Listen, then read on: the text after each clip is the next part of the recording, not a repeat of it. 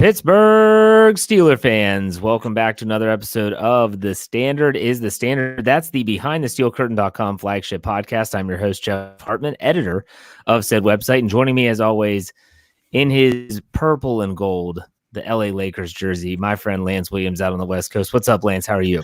What's up, Steeler Nation? What's up, Jeff? How you guys doing? I am doing great, but I've got to be honest with you, and this has a lot to do with the jersey you're wearing. And if people are not watching live on YouTube or watching in replay on YouTube, he is obviously wearing. Is that a number 8? Yeah, that's a number 8. Okay. I have no 24 material. None. I think is obviously going to get one. Lance is obviously a big Laker fan, and we all know about the tragedy that occurred this past Sunday. And it was ironic that we had just finished a show. This is when myself, Lance, and Dave Schofield were on for the Steelers Q&A. We were talking about everything from the defense next year to the Pro Bowl rule changes that they were going to try out. And it wasn't shortly after we went off the air that I got a text from Dave Schofield saying, "Oh my gosh, did you hear about Kobe Bryant?" Of course, my response is no. He said, check Twitter. And that was when TMZ was really the only one reporting the news. My first thought was, I don't know if Lance knows, but he needs to. And so I sent Lance a text. And I'm assuming you already knew, Lance, I'm sure, right? Yeah, I got a text, and my first response was, F out of here, man. Yeah. Get the out of here. Fill in whatever expletive you want. And I know that there's a lot of people that might be listening or in the live chat and say, are they really going to talk about this? And the answer is yes, because I think it's important to talk about it. And I haven't gotten a chance. Brian Anthony Davis was on Sunday night, and he got to talk about it then. He was on Monday, and even the big bro Sco and Dave Schofield last night on the Steelers Stat Key, they got to talk. So this is our chance. This is our opportunity. We're not going to take a lot of time. This is not going to turn into the Lake Show or anything like that. But I wanted to give Lance a platform, especially to kind of verbalize his thoughts about the situation. And it's a tragedy. So go ahead, Lance. Yeah, when I first heard the story, I think where it resonated with me was, regardless of his fame, the amount of money he possessed and was worth, and, all of that stuff is that I think, and Jeff can speak to it as the dad of 5 kids, that, when you enter the fraternity of fatherhood, it's like it's a fraternity that we all share across, race, creed, color, whatever. We all share that, we enter that fatherhood and, that bond, that fraternity. And where it touched me the most was, he was just doing ordinary dad stuff, albeit in a helicopter.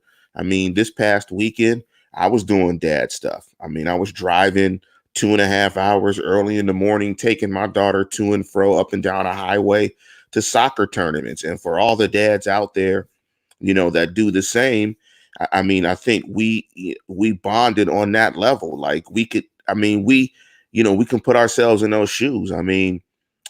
What happened to Kobe could befall any of us. And so, it touched me on that personal level. And it's just really a tragedy that, his daughter, will not be able to do a lot of things that we have taken for granted in our lives. And so, it's just unfortunate. Because if it had just been him and some of the other members on the helicopter, it would have been tragic. But at least you could have said, well, they've lived pretty complete lives. They got a chance to do it. You gain a little bit of solace in that. But you had children on there, and you have the Altobelli family that's affected. They're survived by 2 daughters that no longer have parents. It's just a rough thing. And for me, it just resonated with me because, Kobe and I, Jeff, you coach your son. I'm sure there's people on the show that coach, their kids and do the same thing that, me and Kobe were doing. Jeff and his son, me and my daughter, whoever's listening, we're doing the same thing that Kobe is doing. And, it was just great to see him transition, the post Mamba, post assassin, and just see how comfortable he was with just being Kobe the dad. And so it's just unfortunate that, that got cut short. And so I want to send my condolences to the Bryant family and to all the families, the Altobelli family, and all the families that lost loved ones on that terrible accident. Yeah, to piggyback off of what you just said, and you pretty much hit the nail on the head, is that this isn't about a basketball player that won 5 championships and was in how many all-star games and team league MVP, finals MVP, all those accolades that he racked up during his amazing career for the Los Angeles Lakers. This is about like you said, these were kids. And you said it, and I said it to my wife when it happened, is that, when I first heard, it was just Kobe Bryant. That Kobe Bryant passed away in a tragic helicopter accident, and he was 41. And I told my wife, this is a generational talent. Every now and then you see guys that you won't see another player like him in your generation. That's the definition of a generational talent. We've talked about that regarding Troy Polamalu. We will not see another Troy Polamalu anytime soon. Then I found out that his daughter died. And that is when the dagger went right through my heart. My kids, my son's 11, he's the oldest, all the way down to 1. And, it's tough. It's tough to watch these clips that you see on social media. It's strange. I'm almost addicted to seeing some of the things that I never saw. I'm not a basketball fan. I'm not an NBA fan. I'm not a Laker fan. I'm not a Kobe fan. I have no dog in this particular fight, but I find myself unbelievably enamored with him in these videos and him speaking and his mentality. And you've heard about Mamba and the mentality, but if you're like me and in the offseason of football, you watch hockey, you don't really follow the NBA. I mean, you know who Kobe Bryant is. Heck, everyone knows who Kobe Bryant is. Anyone that's just a name, a first name, that tells you all you need to know. If you say, hey, Kobe dropped 40 last night, no one's saying who. Everyone knows Kobe Bryant. It's Kobe.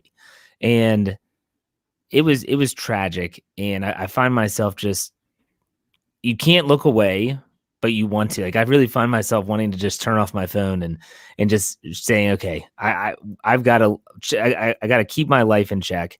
I want to take it for what it's worth, change my life if I feel that it needs to be changed anyway. And ultimately, but man, when I found a 13-year-old daughter, and I teach middle schoolers, and she would have been one of my students that I teach. And it's just a horrible, horrible tragedy. And I can't really put into words. And I don't know how some of the people that knew him closely, like Jerry West, you've seen him on every talk show, every TV show, and he's held it together. Kudos to him. Shaquille O'Neal gave a really good tribute to him on TNT last night that I saw on Twitter. It's a shame. It's a shame. And it is important to say what you said, Lance, and it wasn't just the Bryant family. There were all those families. There are 2 kids that are orphaned now because their parents were both in the helicopter. So I'm sure that we're going to hear more news about what happened, what took place, why it happened. There's a lot of reports and, rumors out there in regards to why they were in the air at all. I don't know. And I don't think that's important right now. But like I said earlier, it's the way I approach it is that when something extremely tragic and that touches your life in some way, shape, or form, then, you take it with you. If Kobe Bryant's death means that a whole lot of people hug their kids a little bit tighter, tell some people that they love them a little bit more than they usually do, then I think that he would say that's a win. It sounds horrible, but I think you understand what I'm saying. So, Lance, anything else to add? Yeah, it'll just, it's just really tragic, really unfortunate. And, I've found myself to where I've just got to remove myself from it. I think after I watched the L. Duncan clip about Kobe being so proud to be a girl's dad, I was just like, I'm done. I can't, these emotional, I'm just getting, I'm just getting pulled and tugged in so many different emotional directions. You have what, 3? You have 3 I girls? have 3. And so I'm like, 4. There you go. I'm like, that's me. Yeah. That's, that's me. So, I'm sure I'll tune back in, because I definitely want to see the memorial. I definitely want to watch that. I'll be watching. So I'm just removing myself forward to just brace myself for when that shows, because ironically, my mom still lives in the Los Angeles Inglewood area, so I was getting stuff probably a lot sooner. So there was, and the one thing I do want to say is the reporting on it was absolutely terrible.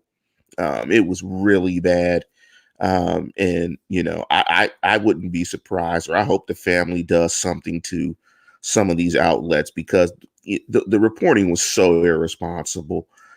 that it was terrible. But I was getting reporting, from my mom via text because she was in LA. And so at that point in time, everything was split screen. So it was unfortunately that I was hoping that it wasn't true, but she pretty much confirmed it through the report that she got in LA, maybe like 5 minutes, 10 minutes after you text me. So hopefully, everybody in the incident over time heals all wounds. They will be made whole, and anybody's life that he touched will be made whole over the course of time emotionally. And let me just finish with this. And this is just a quick sidebar.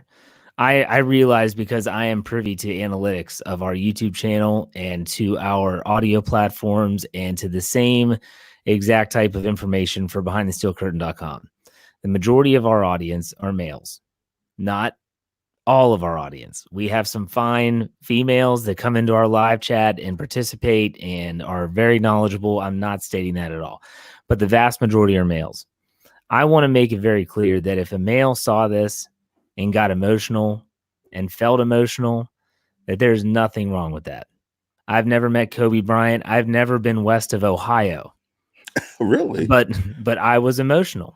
Yeah. And it's okay. It is okay to basically have feelings. And I think that's important for men to realize, is that when you have children, even if you don't have children, if you're around nieces, nephews, grandkids, doesn't matter. The whole don't cry stuff, man, that's BS. Emotion's emotion. You got to show that emotion. Yeah. And you know what? It's a talking point for your kids. If you're around them, we talked about it. My kids heard about it. And it's one of those situations where I really wish that dads, and we all are hashtagging girl dad today. I know I am, Lance is, in terms of the fact that we are fathers of girls. Just because you might have girls in your life doesn't mean that the boys in your life don't need that hug and that, the talk, and say, hey, it's okay to cry.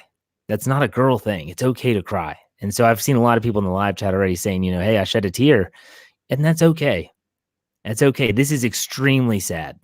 All those lives cut short in the blink of an eye, and that's okay. I just want everyone to know that that's okay. Yeah, I'm gonna have to cut it. I'm gonna have to cut the tension and say I'm gonna shed a tear that you haven't been west of Ohio. Well, I gotta get you to the Pacific Ocean, man. Fish tacos.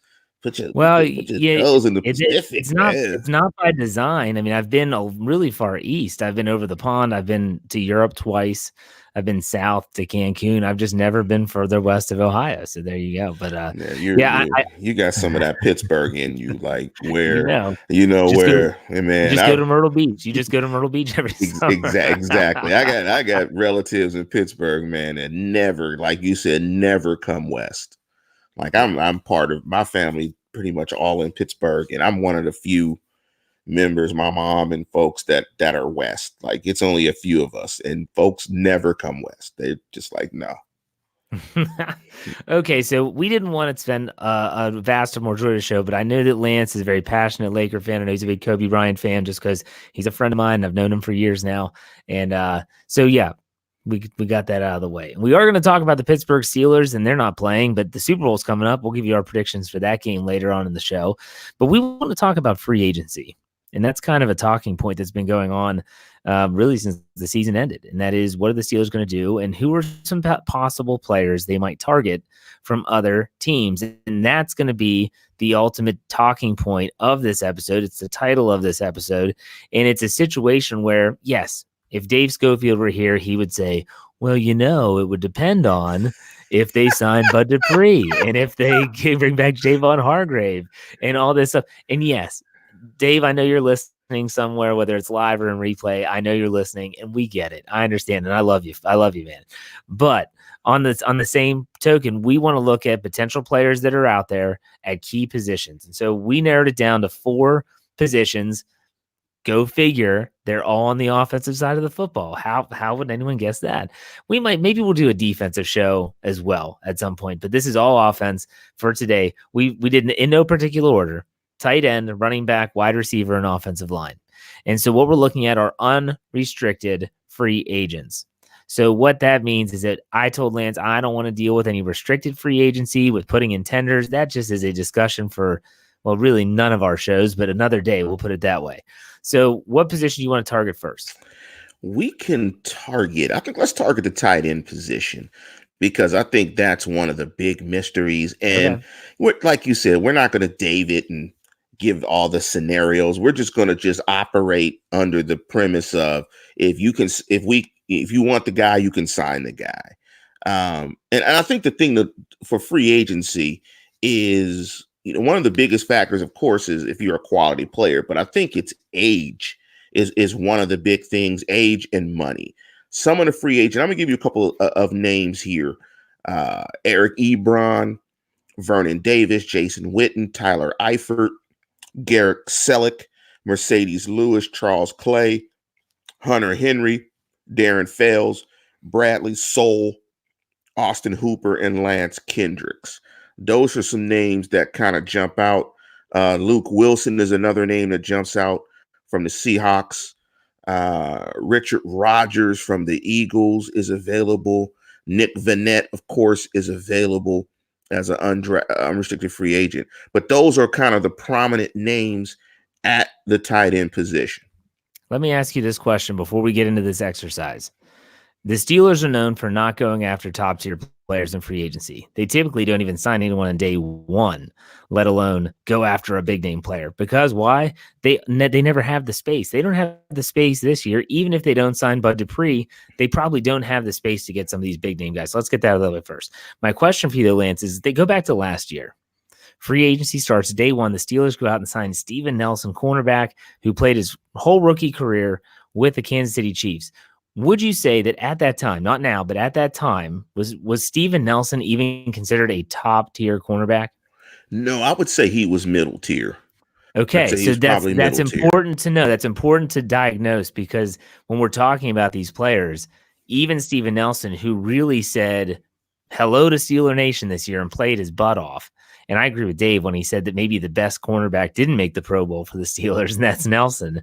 And Joe Hayden went down to Orlando. When you look at that, they're still not going to probably target those top tier guys.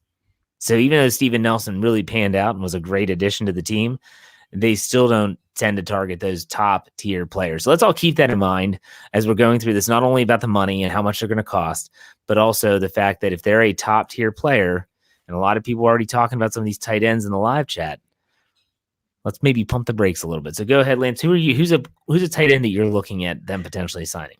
So just to summarize what Jeff was saying, think Mewelde Moore.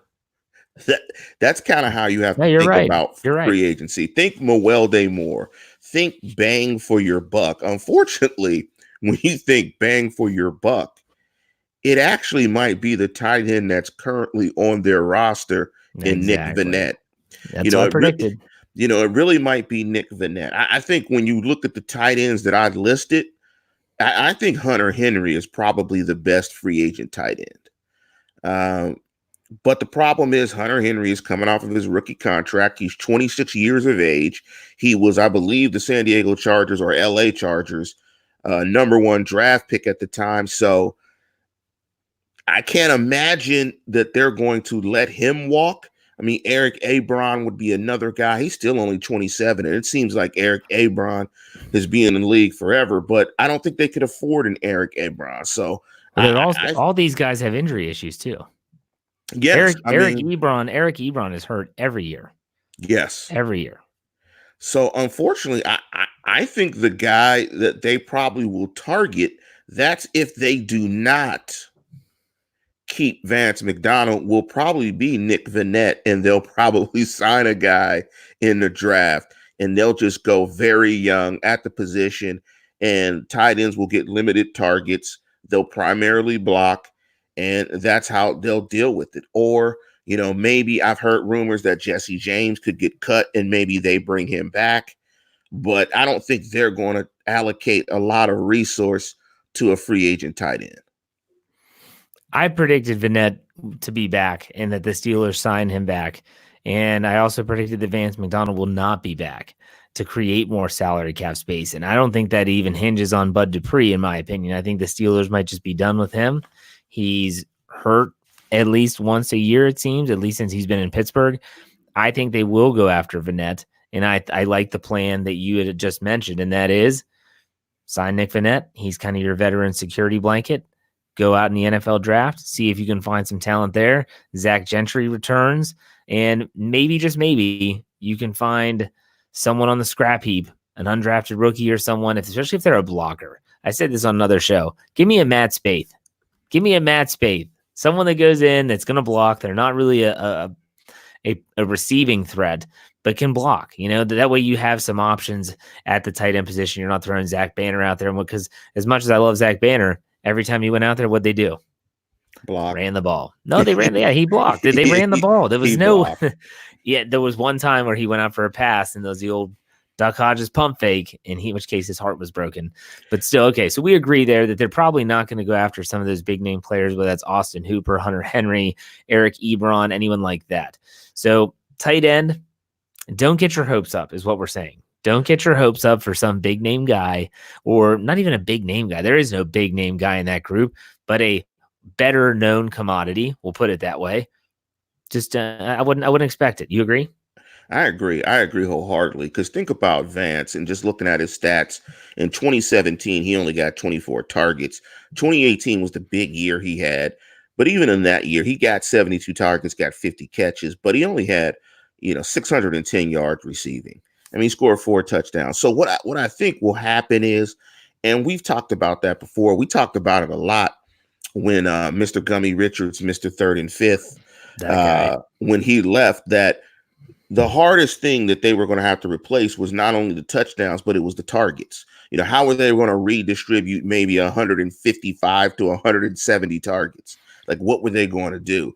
But I think you can clearly see with their young wide receiver core, and particularly with Juju Smith-Schuster hopefully coming back and being more healthy, that those targets will just go to wide receivers and running backs. And that's how they'll mitigate the loss of Vance McDonald, because I think you're right. I don't think they signed Vance regardless of Bud Dupree. You also have to wonder, when you're looking at how are they going to distribute the targets, is not having Ben Roethlisberger even a good indicator of what that'll look like? I don't know. We'll see. So let's move on to the next position. What do you got for us? The next position is the running back position. And let me give you some names at the running back position. There's a lot of names in here, and I'll just give you some more. Just stop me when you want me to stop, Jeff. Lamar Miller. We got Chris Thompson, Jalen Richards, LaShawn McCoy, Carlos Hyde, Melvin Gordon, Theo Riddick, Peyton Barber, Frank Gore, Derrick Henry, Darren Sproles, Marshawn Lynch. All right, you can stop. The last 2 guys are going to be retired, so you can stop. Well, let me give you one last name. Okay. Bilal Powell. Who is that? From the Jets. He's 32. So I mean with backs, Bilal Powell. Yes. I mean, with backs, you can pretty much filter it to any guy in their 20s. Because there'd be no way in the world that they would give a contract to any back that was older than 29. Probably older than 28. I mean, I probably could eliminate, if I look at my list, I can probably eliminate any 28 or 29-year-old as well. And that gets you to Jalen Richards, Mel Gordon, Peyton Barber, Derrick Henry, Isaiah Crowell, Ty Montgomery, Kenyon Drake. Kenyon Drake is a name. Kenyon Drake is the name. Amir Abdullah, CJ Procise. I mean, so of those guys, Kareem Hunt is also a name on here, who's 25 years of age, but Kareem Hunt. Is he unrestricted? No, excuse me. Kareem Hunt is a restricted free agent. Sorry about that. So that would involve all that tender stuff, and he just got pulled over, and yes. So the list gets even shorter, and so when you filter it by in your 20s and unrestricted free agent, I think the only name that really stands out, I think, is Kenyon Drake, and he wasn't very expensive, very good player in my opinion. I thought he was good in Miami. I thought he was solid at the Cardinals. I mean, that is a guy that I could see the Steelers targeting. And I don't know if Kenyon Drake would demand a lot of money, but the Mel Gordons, Derrick Henry, those guys are just absolutely not within the price range. CJ Procise, maybe a guy like that. I don't know how much better he would be than the guys that they have. I'm not overly enamored with Benny and the Jets. But did he do enough to get rid of the moniker Benny No Jets? Not for me. I don't necessarily want to go back on my word. I did call him rush for 100 yards in a game, then you maybe lose the moniker. He's come close twice. He looked good against Baltimore, but no lateral burst. No year two in the Steelers system is when the running backs tend to do better. And so this leads me to what my prediction is going to be. They're not going to sign anybody. They're not going to bring in a running back. I agree. Because if you look at their top tier backs in their system, not top tier in the National Football League, James Conner, dirt cheap still on his rookie deal, in his final year of his rookie deal. I mean, it's not going to hurt to keep him around, even though he's always hurt, but it's not going to hurt the team to keep him around. Benny Snell Jr., he might get hurt if you keep him around. That's true. Jalen Samuels. And then I think a lot of people are in agreement that Kareth White is decent and is that change of pace guy and can also be a special teams player in terms of return man. So for me, I look at this and say, I don't think they're going to sign anyone. Barring an injury, barring something like someone tearing an ACL, popping an Achilles while they're training in the offseason, I don't think the Steelers do a darn thing at the running back position. Maybe they draft a running back late in the draft, because I don't even think, some people are saying they need a beast running back, but those don't grow on trees. They just don't. Okay. Derrick Henry's, they don't come around very often, and so I don't expect the Steelers to make any moves at running back. I think they stay with who they have and try to figure out a way to make it work to the best of their abilities. But let's be honest, who could potentially be coming back next year? Old number 7. What does number 7 hate to do? Hates to hand the ball off. Yeah. So what does it matter? What does it matter anyways? Get him a back that can catch. And honestly, James Conner has shown since he's entered the league that he can catch the football out of the backfield. Kareth White's the same way. So we'll see. I don't think they make any moves. You agree or disagree? I hate to agree with you all the time, but your guy does have a bad wing. He does have a bad elbow. He might have to extend it a little bit. But will he be under center? That's the question. No. And so that makes it easier for him to turn and hand it. Yeah, he would actually have to take some steps, like burn some calories. Turn if he would under center, turn it. Hey, Jeff, you got to send Ben Jeff Fit. That's Jeff's new product. That's his new fitness program. It's called Jeff Fit.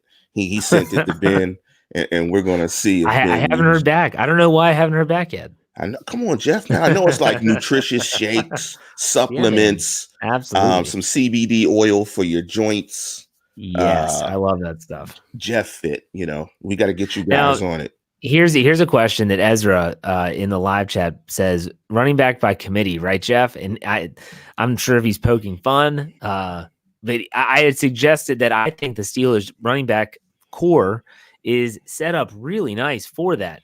But Lance, you're shaking your head, and I think it's for the same reason. Is it because of Mr. Randyland? Yeah, man, we saw that running back core last year. One guy that's got a bad bumper. I mean, if you hit him a little too hard, the bumper's going to fall off.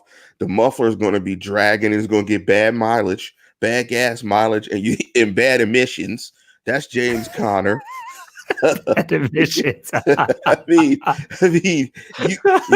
you got one guy that has no lateral quickness that can't accelerate. That'll improve going into. So you got a guy with a bad bumper, bad emissions. You got to drive in the slow lane, and you got a car in Jalen Samuels that works every third day. I mean, oh man, that you know what? This is getting me depressed. I've been sad all week anyway. I'm getting depressed because it sounds like free agency, man, is going to just be, once again, Steeler fan sitting by the computer, nothing coming across the wire. Look, man, I hate to say this because, I want to generate excitement about free agency, and I want the people to come to BehindTheSteelCurtain.com for articles about free agency. I want people to listen to our podcast that talk about free agency like people are doing right now. But ultimately, I have to prepare fans for a very traditional Steelers free agency. You know what it feels like? You're the kid at Christmas that is watching everyone open their presents, and they're like, man, I got nothing. I got nothing. Did you see? Let me see if I can do this, Jeff. Let me see if I can do this. Just click on there you go, and then you click on it again to take it off. That is the funniest comment ever. Young and Woodburn, he called him a Yaris. He says James Conner's not a Prius. He's a dang Yaris this year. Oh man, a Yaris is look. Jeff talked a lot in the beginning of the show, and I thought he made great points about men getting into their inner emotions, and Jeff is absolutely right. But is a Yaris worse than a minivan? Dude, you are going on some. You're walking on some landmines for me because I drive a Prius and we had a minivan. Well, you got an excuse. You got a lot of legs. Shoot, we're gonna need one of those like extended vans pretty soon. Oh my goodness! Wow, you got a minivan, Jeff? Well, my wife drives the van. I drive 45 minutes one way, so I drive the Prius for the gas mileage, and I'm proud of it. I love that car. That thing gets me like in the springtime when the weather's just perfect, not too hot, not too cold. Man, I get like almost 70 miles to a gallon on my drive. Wow, that's the minivan mafia. You probably run faster than your minivan.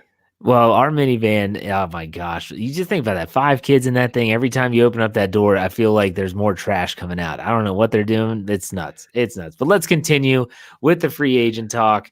What position we go into next? We're going to wide receiver. And oh boy.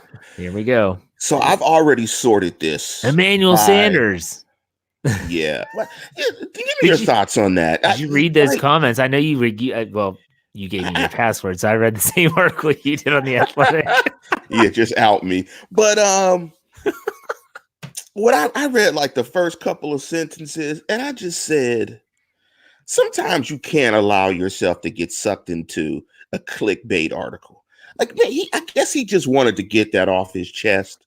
But I thought that was old. I thought we all knew he didn't like Ben Roethlisberger and that the bridge was pretty burnt.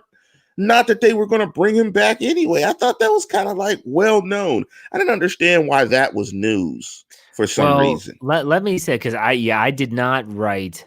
I didn't write that article. Like I could have done that scrape, and I have a personal feeling on paid subscription sites and taking their content and putting it to the masses. I disagree with doing that. I don't do that a lot on BehindTheSteelCurtain.com. But when I read that article, I thought to myself, you know what? If he would have framed this differently, if he wouldn't have taken those digs a little bit, I could have seen the Steelers interested in him. You know, here's an aging wide receiver who still has talent, coming off has injury history towards Achilles 2 years ago, and is coming off a Super Bowl appearance. So he has that experience under his belt. He's won a Super Bowl with Denver, been very successful after he left Pittsburgh. Before I read those comments, I said, you know what? I could actually see them considering bringing back Emmanuel Sanders. But after that, nope, not now. How old is he, Jeff, by the way? He came in the same year as Antonio Brown. So he's in his 32, maybe. Yeah, here he is. That's I filtered him out just because he's 33. Okay. That wasn't gonna happen. You know, I just filtered him out because I was like, he's too old. I mean, they're not gonna. I mean, you can't. I mean, how can you frame a contract around somebody will do it, but how can you frame a contract around a guy 33? I mean, you're gonna give him a 5-year deal. I mean, you can't give him big money. No, because I don't think he's expecting that. I don't think he's expecting. I think he's expecting max 3-year deal, and you front load that money. And I know that Ali says he's not interested in the Steelers with Ben. Maybe you missed that. No, I didn't miss that. I saw that. But if he wouldn't have said it, if he would have said, you know, hey, I think I could play with Ben. I think Ben's changed a lot. I think that he's matured a lot. I think he's probably a better leader from what I've heard from the locker room. Then I think the Steelers would have said, let's put him on the radar. But I thought he kind of intimated that. Like I mean, I'll be honest. When I read it, I looked at it. I was like, yeah, let me read 2 sentences of this, and I'm gone. But I think he's about as signable after the article as Josh Gordon, which means not signable. And just think about it. Josh Gordon is only 29. Wow. Like, geez. But here's some names. Devin Funches. Of course, they won't do Amari Cooper, Chester Rogers, Robbie Anderson. Robbie Anderson's an interesting name from the Jets. I think Robbie Anderson you could get cheap. Geronimo Allison is another interesting name. You could get, you got Philip Dorsett, Nelson Aguilar, Tavon Austin, Cody Lattimore, Justin Hardy, Jordan Matthews, DeAnthony Thomas. That'd be interesting from a special teams perspective. Chris Moore, Demarcus Robinson, Farrell Cooper, Corey Coleman. There's a lot of names of guys out here that are unrestricted free agents in their 20s that are available. Funches is interesting. But of the names that I mentioned, like Robbie Anderson is a deep threat. Geronimo Allison is a big body. I don't like Philip Dorsett really. But I don't know if there's a lot of sexy names on this list. And I'm only talking about guys that are 26 or in their 20s. I'm not mentioning AJ Green and guys like that in their 30s. I just don't think the Steelers will go out and try to acquire any wide receiver that is in their 30s in unrestricted free agency. And unfortunately, Jeff, I think I know what you're going to say when it comes to free agency and them getting a wide receiver.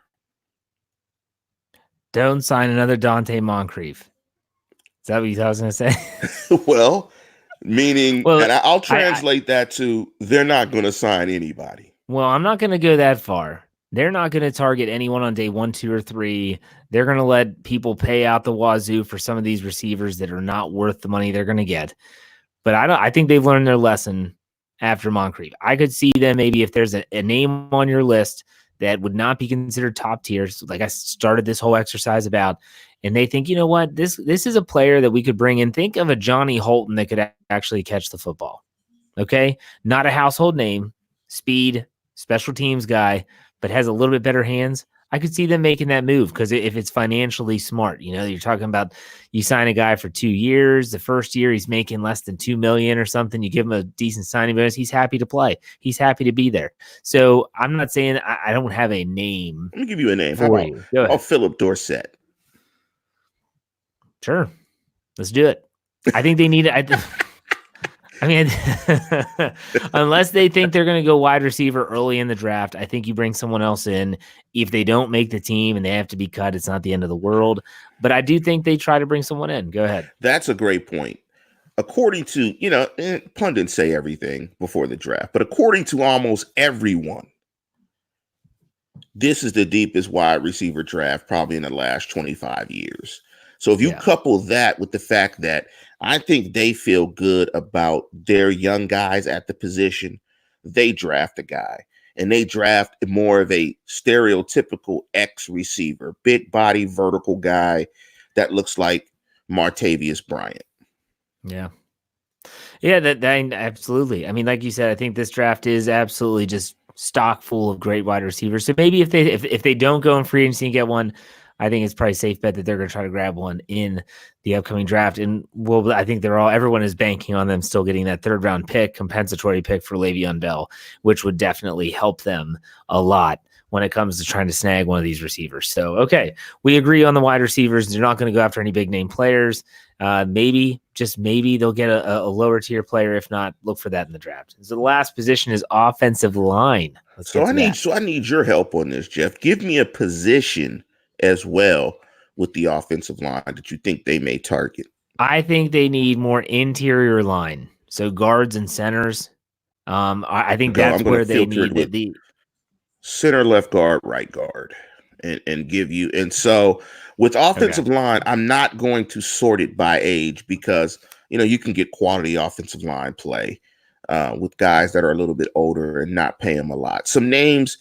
So it's interesting, according to not Pro Football Outsiders, but over to cap.com, they have BJ Finney listed as a center. But of course, some of the names are Ryan Khalil. I'm going to name some centers: BJ Finney, Evan Boehm, AQ Shipley, Joe Looney, Tyler Shatley, Tony Bergstrom, Ben Garland, Ryan Groy, Graham Glasgow, Brett Jones, Josh Andrews, Connor McGovern, Ted Karras. I wonder if he's one of the Karras family. Wes Schweitzer.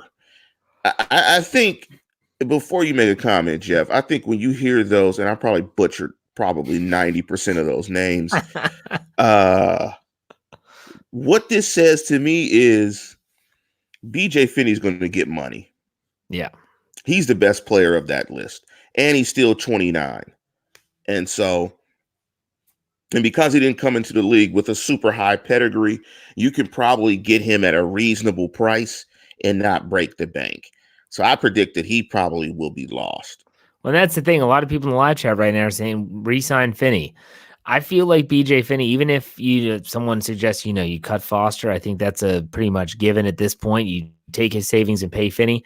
I think it's going to cost a lot more than that. I think Ramon Foster is about a $4 million savings for the Steelers. It's going to cost a heck of a lot more than that, because I think that he's going to go the way of Kelvin Beachum and Chris Hubbard.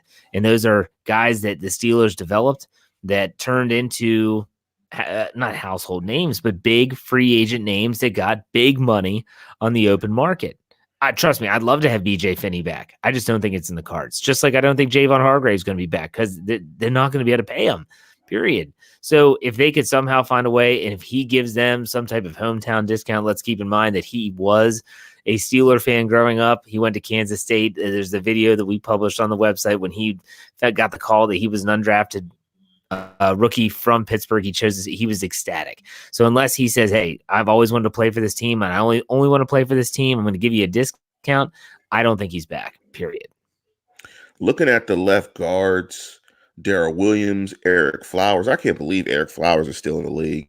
Andrews Pete, Mike Iupati, Quentin Spade, Max Garcia, Ted Larson, Stefan Wisniewski, Patrick Olam, Dakota Dozier, Greg Van Roten, Xavier Suafilu, Joe Thuney, and James Ferens, and Alex Lewis. I don't really know any of those guys. I can't imagine that.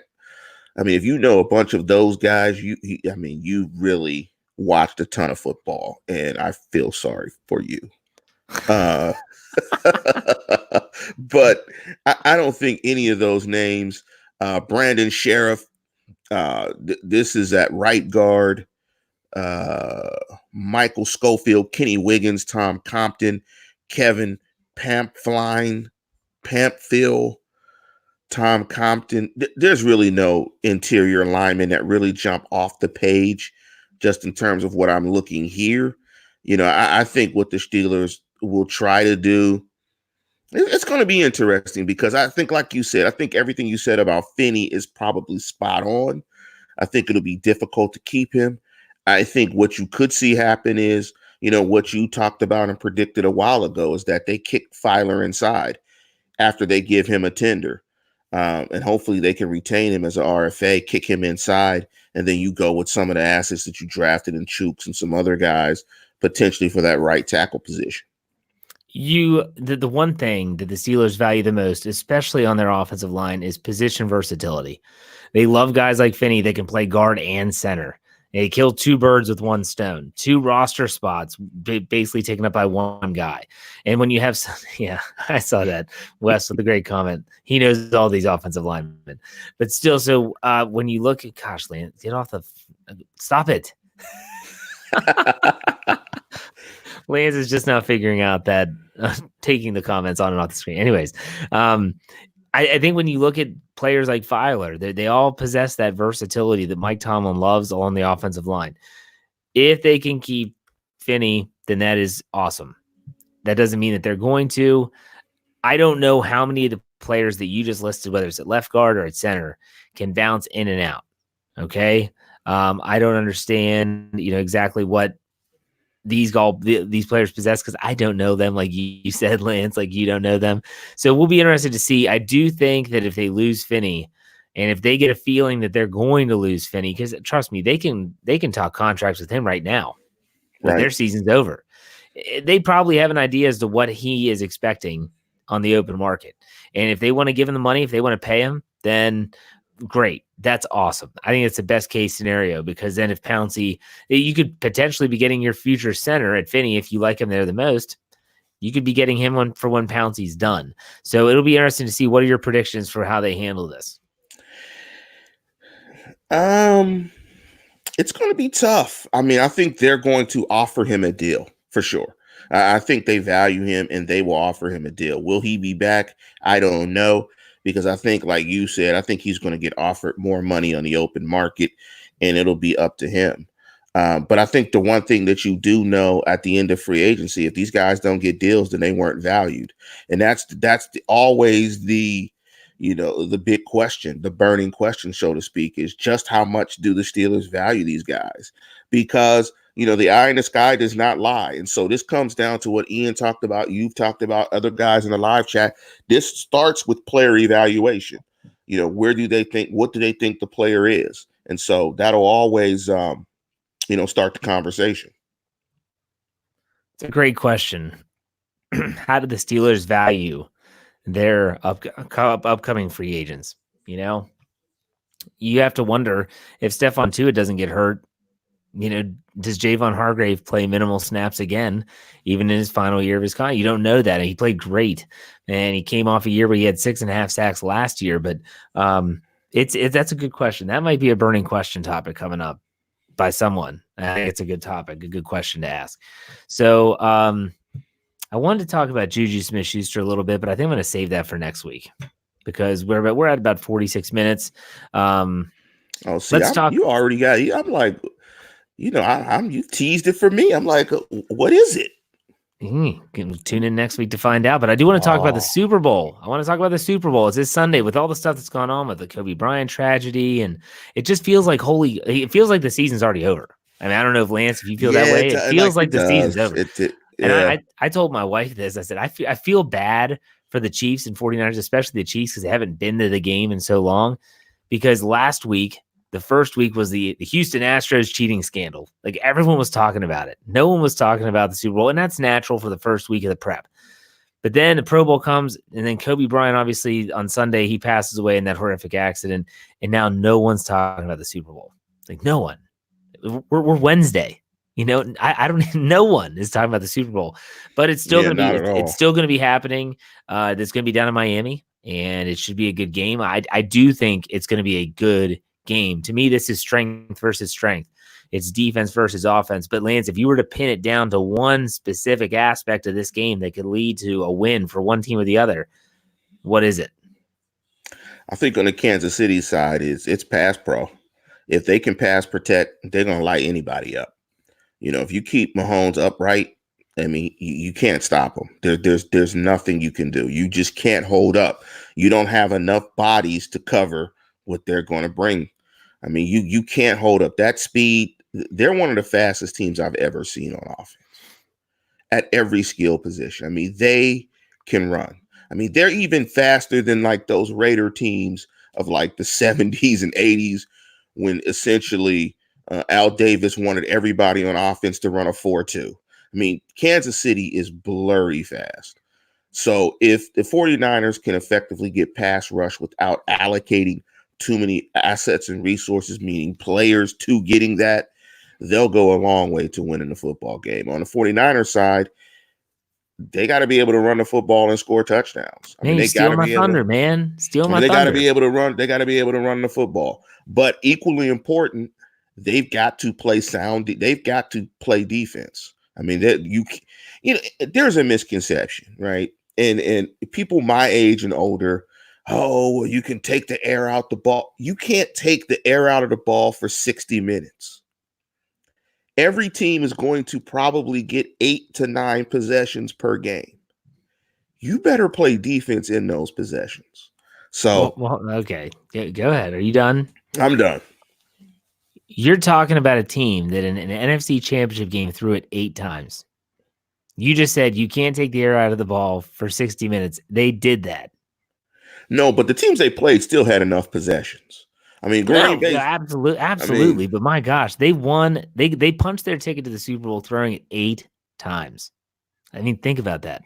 Yeah, but they ran for almost 300 yards. So no, I know, but that's why for me, like, everyone asked me, "Hey, what do you think about the Super Bowl? What do you think about the Super Bowl?" I think at first, I think it's gonna be a great game. I'll say that right now.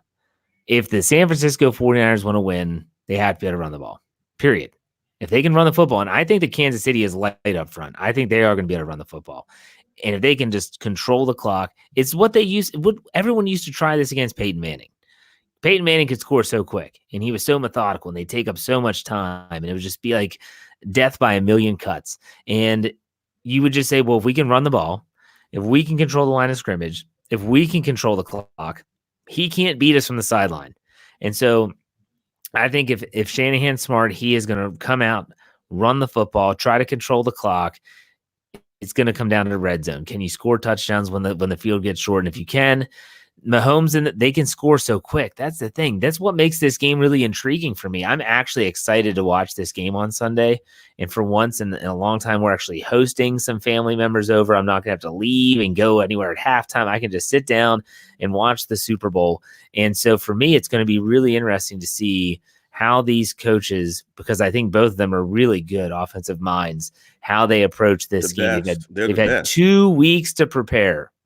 What wrinkles are they going to throw out? Like, what crazy motion is Andy Reid going to have Tyreek Hill or Sammy Watkins doing? How are they going to use Williams out of the backfield? It seems to be how they use him the most in the playoffs. For the San Francisco, are they going to trust Jimmy Garoppolo to actually throw the ball more than 8 times and maybe win him a game? Is George Kittle going to come back and be the dynamic tight end that we've all seen all season? Like, he hasn't been in the playoffs. He's been a blocker. He's been good, but he's been a blocker. But I'm excited. Let me throw you. Let me. I don't disagree with what you're saying, but let me tell you this though, Jeff. Would you be surprised that Green Bay had the ball more than the Niners? I guess I would, but then again, I turned that game off really early. Green Bay had it 32 minutes. So Green Bay had it 31 minutes and 13 seconds to San Francisco's 28 minutes and 47 seconds. And that's with San Francisco obviously running the ball 42 times. Yeah. Green Bay still had the ball more. And let me look at possessions. I'm looking at the game book. And Green Bay had 10 possessions. Green Bay had 10 possessions, and San Francisco still ran it 42 times. So that just how many turnovers did Green Bay have? I know they had the strip sack. Let's see. Did he turn it? Yeah, Sherman had interception. Sherman had an interception late in the game. He threw 2 picks. They had 2 picks and a fumble. So they had 3 turnovers. So let's keep that in mind. 10 possessions, 3 of them went to the other team. Right. So, but still, they had 10 turnovers. They had 10 possessions. Right. Yeah. So as much as you want to run it and you want to try to take the air out, teams are going to get possessions. Yeah. I mean, you're going to have to play defense. And so what I think a lot of times people miss is that it's a combination of running the ball and playing good defense. Even if you don't run it well, you got to play solid defense. If you ask me which one do they have to do, they got to play better. They got to play really good defense. Yeah. Because I think Shanahan is going to surprise people. I think Shanahan is going to try to light Kansas City up.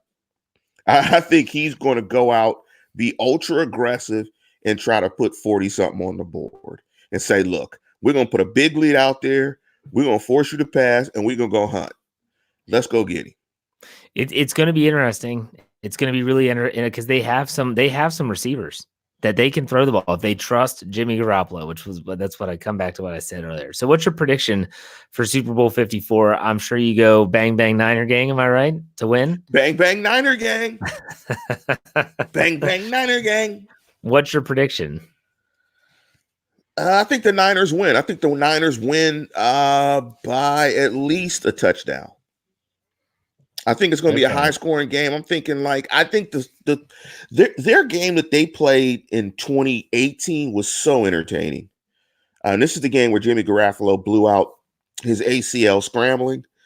And I like the Niners in this game. I think the Niners are the better team. I always go with the team with the better defense. Not necessarily better defense in running game, but better defense. I think this is going to be a tough game for both defenses, but I like the better defensive team and the more well-rounded team. And I think the San Francisco 49ers will join the Steelers and that team up north with 6 championships. I disagree. I'm going to say that the Chiefs win. It's going to be a slow start, I think, for both teams. And Kansas City has started slow the entire postseason. I think the Chiefs have a last-second field goal to win 27-24. And it's going to be a good one. I think this is going to be one we're going to remember, that we're going to talk about for a long time. I saw that, Lance. It's a AB. I don't know if that's Richard Gummies. He puts $1.99 in the tip tray. He says, "Hey, Lance, can you tell your Tupac story? I'm not familiar with this. I don't know." Okay, well, I'll tell my Tupac story briefly. So I used to be an MC, so I can put that on a live chat where you can hear my record. I had some records that I released. I used to be an MC.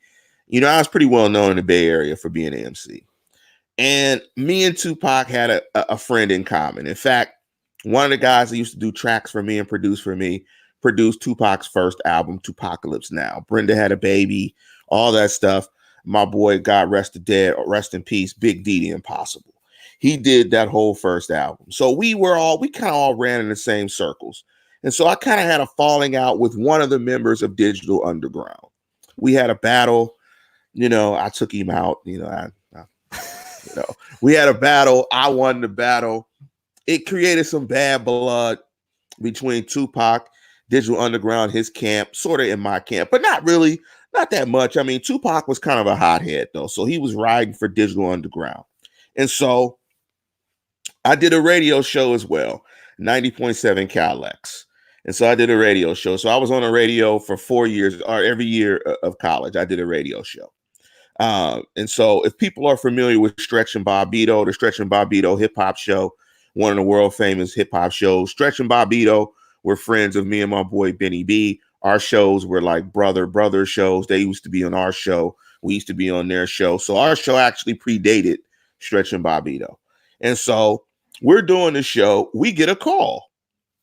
Lo and behold, it's Tupac, right? Tupac calls the show and basically threatens me, my DJ, and another MC of ours that was in the group. He threatens us on air. And so me being probably like 19 and 20, I'm like, whatever, dude. If you want it, you can see me. My show is over in about an hour. You know where it is. If you want some, you can get some. You're pulling a Bud Dupree. Essentially, I'm pulling a Bud Dupree on air. I'm like, you know where the show is. If you want to pull up. We'll let it do what it do. So, so long story short, we're like, okay, as soon as we open the door, if he's out there, punch him in the face, I'm going to hit the other dude. Like, we're kind of strategizing our moves of kind of how we're going to do. As soon as we open the door, I'm going to just punch Pac right in his face. And then we're going to hit so we're kind of like, okay, this is how we're going to do it. Like, we're all ready. We come out of the studio, we open the door. No Tupac. Nobody is there. So typical Tupac fashion at that time, he went crazy after Juice, honestly. Is that, it was just woofing, nothing to it. In fact, we ended up seeing Tupac a couple of weeks later, and I was like, am I going to have to punch him in the face when I see him this time? He kind of like was whatever. I love you guys, no beef. He kind of deaded it himself.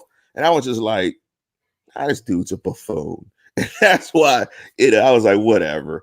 But actually, he did go crazy after Juice. So that's my Tupac story, that Tupac threatened me, and I thought I was going to have to fight Tupac.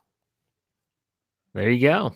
That's it. That's our celebrity corner for the week. And Lance Williams delivers with Tupac Shakur and his, I guess you would call it, a sordid history with the now late rapper. That's a pretty cool story. I never heard that story before. We've been doing this for a while. He knew. I must have said that on the show because he knew to ask me that. So maybe it's, I don't know. That's weird, but that's my Tupac story. There you go. I did have a question. It's not as cool, but Wes asked what happened to my flag. Moved my office in my house, so I haven't gotten it set up. It's actually, for those watching, it's right here.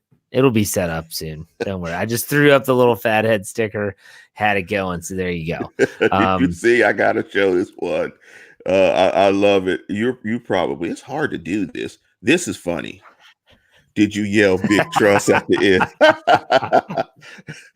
end? Well, but then Isaac says Lance killed Tupac. No. We're not starting that rumor. No, honestly, I'm not trying to say I'm like a super tough guy. And honestly, I'm being 100%. He was crazy after Juice. After the movie, I would have never done that. Because after the movie Juice, he probably would have showed up with guns and dudes and probably would have tried to kill us. He was crazy after Juice. He absolutely went nuts. He was different. Like, this was pre-Juice, above the rim Tupac, where he was still, a broke dude that was trying to get on. He wasn't fully crazy Tupac. Fully crazy Tupac, nah, you didn't want problems with that Pac. That Pac was nuts. He would shoot you, as in he shot cops. So he would easily shoot a regular person. There you go. There you have it, folks. Well, I'll tell you what, we're going to hold the Juju talk until next week.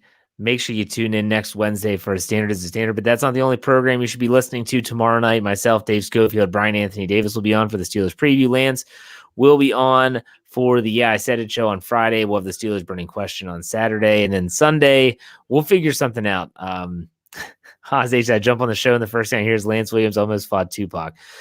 You should listen to the rest of the show if you think that's good. But Lance, we'll have to do something on Sunday. Maybe we'll hop on before the Super Bowl. I don't know. I doubt it's going to be after the Super Bowl. We don't want to do during the Super Bowl, but we will give you some type of content on Sunday so that you have something to listen to at least on Monday. So we'll definitely get that. So, hey, I said in the off season, we'll probably scale it back. Nope, still 7 shows, 7 days a week. There you go. We should do it. I'll be home a little bit late because I usually go to a house, a friend of ours. And I got a funny story about that. I talked a friend into hosting the Super Bowl party, and now they host the Super Bowl party. Big up to the Bealums. They host the Super Bowl party forever now, which is great.